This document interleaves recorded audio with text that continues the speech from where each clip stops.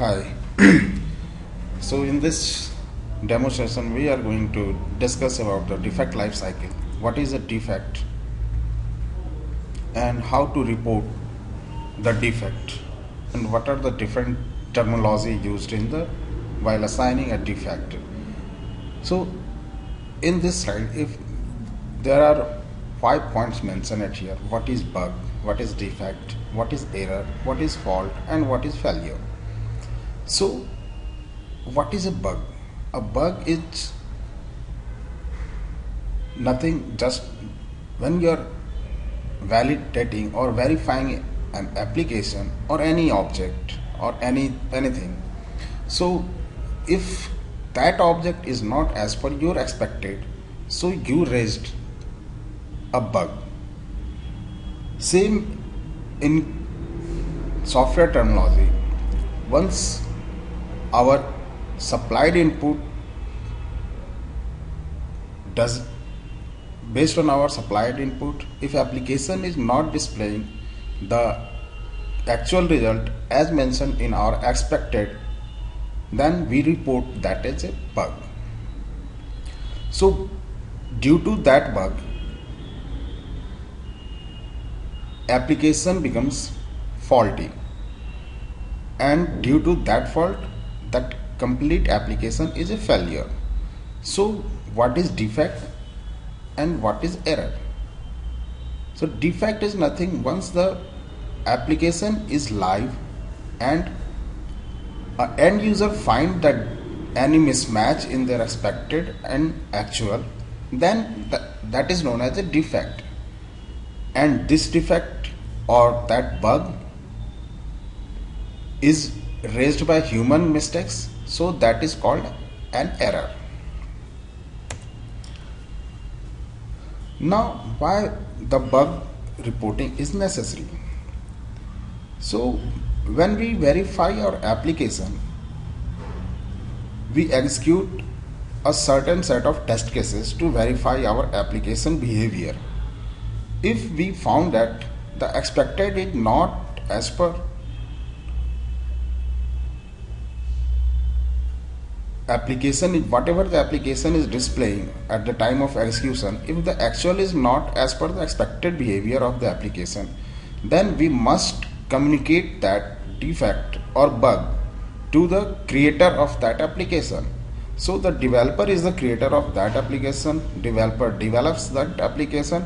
So to convey them, to let them know that this application is not working as per our requirement.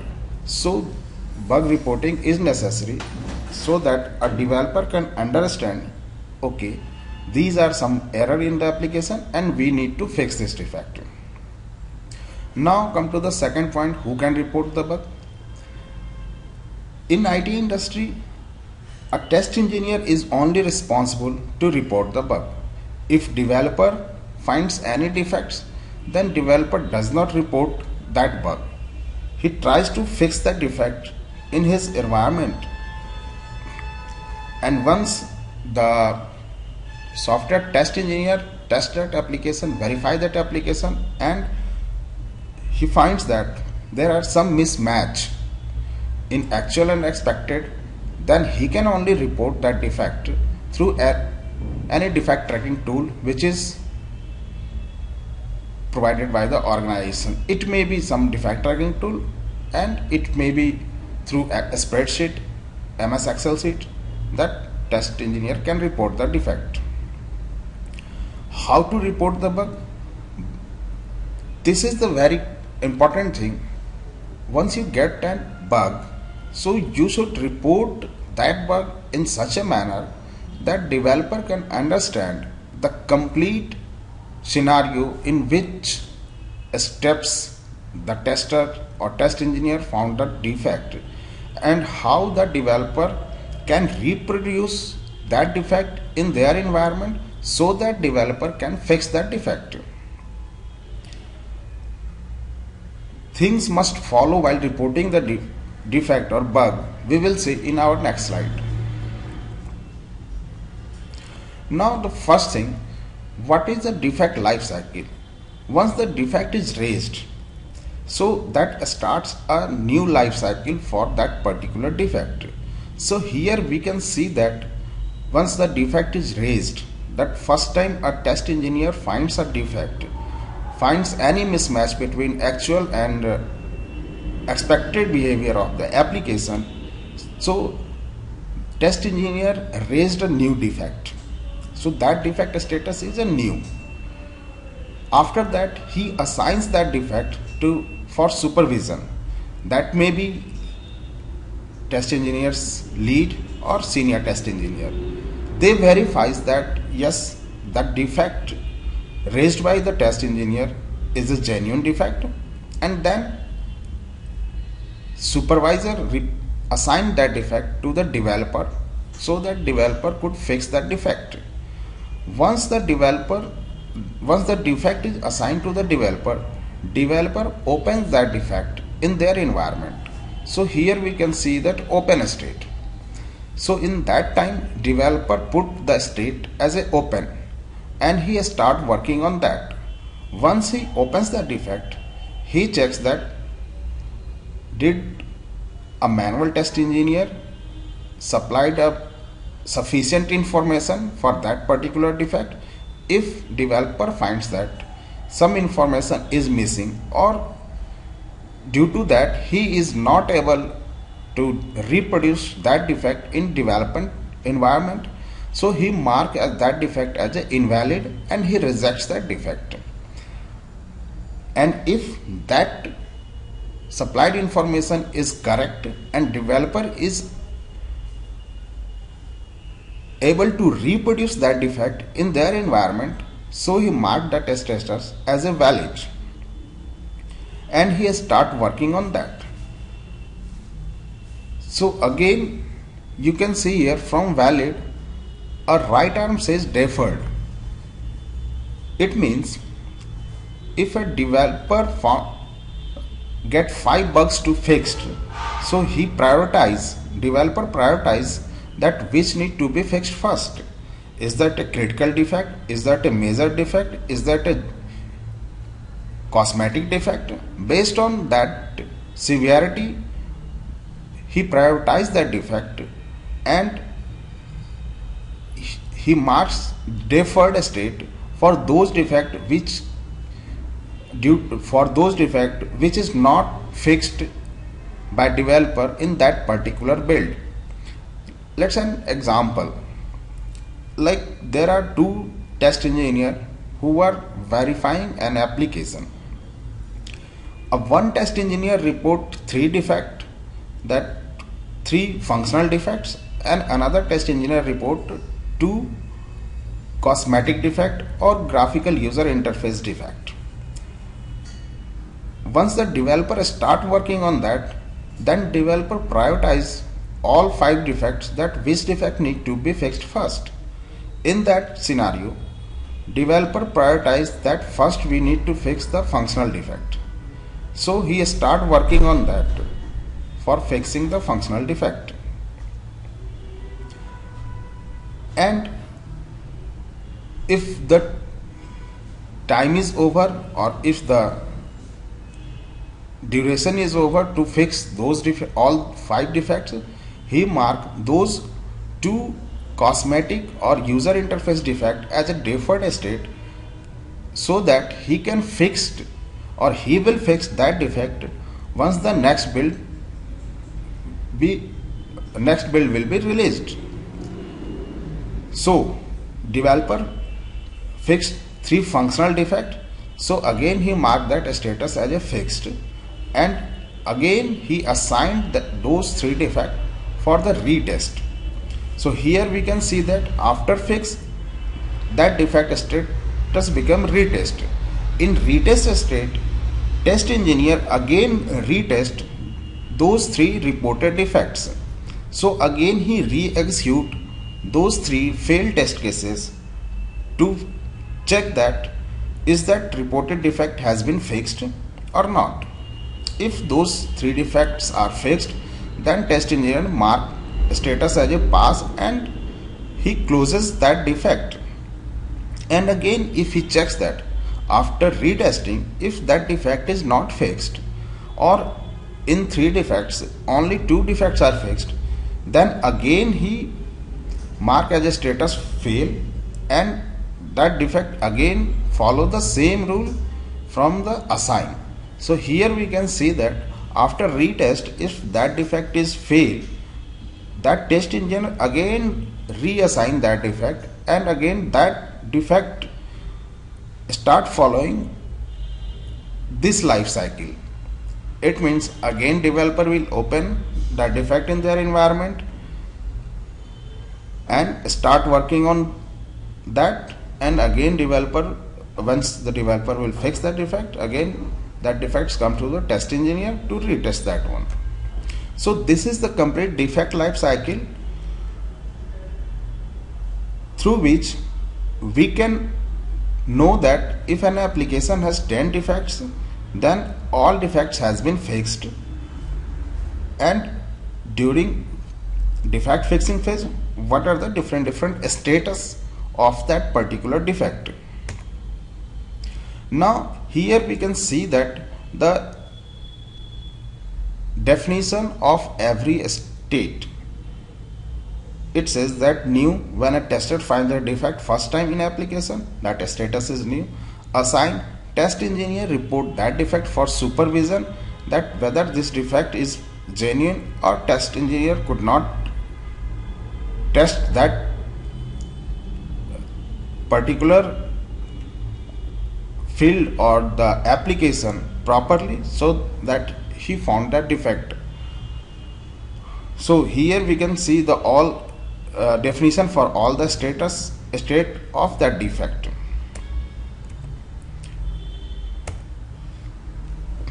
Now things which a test engineer should follow while reporting the defect. So in any defect tracking sheet or defect tracking tool, these are some important things which a test engineer should mention. Defect ID. Defect ID is automatically generated by a bug tracking tool. Once the test engineer report the defect and submit or log the defect, that defect tracking tool automatically generated unique defect ID, which a test engineer can report to developer, so that developer can open that defect through that unique defect ID number in defect tracking tool. Defect summary. This is one of the important thing while a test engineer mention or report a defect. Defect summary tells that what a executor or test engineer did not find, what was the expected and what the actual behavior of the application. So in defect summary, this is you can say that it is a brief summary about the defect. In third point, application build version. So this tells that in which version or in which build of the application you found that defect. Why we mentioned this at here? So that developer can understand on which build a test engineer found that defect, so that he can open that build code and could fix that particular defect. In fourth point, status. As we see that in our previous slide, these are the status. So in a status column, if you found that defect first time, then test engineer mentioned here as a new. If a defect is not fixed, then again he reopens that defect. So based on that, a test engineer selects the value for the status of the defect. Severity. Severity tells the developer that what is the effect of that defect in our application. A severity may be high, critical, low, major, minor, or cosmetic. Reproducible. Is that defect is reproducible? Sometimes what happens, some defect is randomly generated that cannot be reproduced after following certain steps. So a test engineer mentioned it here. If that defect is reproducible, then he mentioned yes. If that defect is not reproducible, he mentioned no. Defect description. This is one of the most important thing while reporting the defect. Under defect description, we clearly mention what was the expected behavior of the application and what a test engineer found during the execution of the test case. While we report the defect, we must mention on which test data we found the defect. That test data plays a very critical part for reopening that defect on the development environment. Under environment, you should mention if that application you are validating any web-based application and you are not able to open that defect in different version of the browser, like if that defect is you are able to reproduce that defect in IE version 7 and 8 but not able to reproduce on 9, then here you need to mention that this defect is reproducible under IE 7 and 8. And for that particular defect, if you want to give a snapshot so that developer could understand clearly that this is the issue in the application, so you can attach a snapshot of that particular defect. That attachment or that snapshot, either you can capture by defect tracking tool, or you can also supply or attach that snapshot after taking print screen of that particular defect. Here we are seeing a sample bug report through a spreadsheet. So under defect serial number, you can see this is the unique identifier defect ID. Under summary, what I have mentioned, buttons are not identical in shape with respect to other buttons. Summary tells that in our application, all buttons are not in identical shape. Its severity is low because this is the user interface defect. Due to this, there is no failure in functional part of the application. So its severity is low, and since a test engineer found this defect first time, so status is new and the defect category is user interface. Is that reproducible? Yes. And under defect description, we can see for which buttons the application, for which button shape are not identical with respect to other buttons, and how to reproduce that defect, and what would be the expected result and what is the actual result. For defect serial 003, we can see that calculator is not displaying the correct sum. It means there is some functional issue in the calculator. So the severity level of that defect is high, and since a test engineer found this defect first time, so the status is new and the category is functional. Is this reproducible? Yes. And a brief description about the defect: when user sums two odd number, it is not displaying the correct result. It means when user sums two positive number, it is displaying the correct result, but when user sums two odd number, it is not displaying the correct result. and for that the steps to reproduce and expected result and actual result. So this is the complete how to report the defect. Things a test engineer must follow while reporting the defect so that a developer could understand and could able to reopen that defect in their environment and could fix that defect. So this is the complete defect life cycle. Thank you for watching.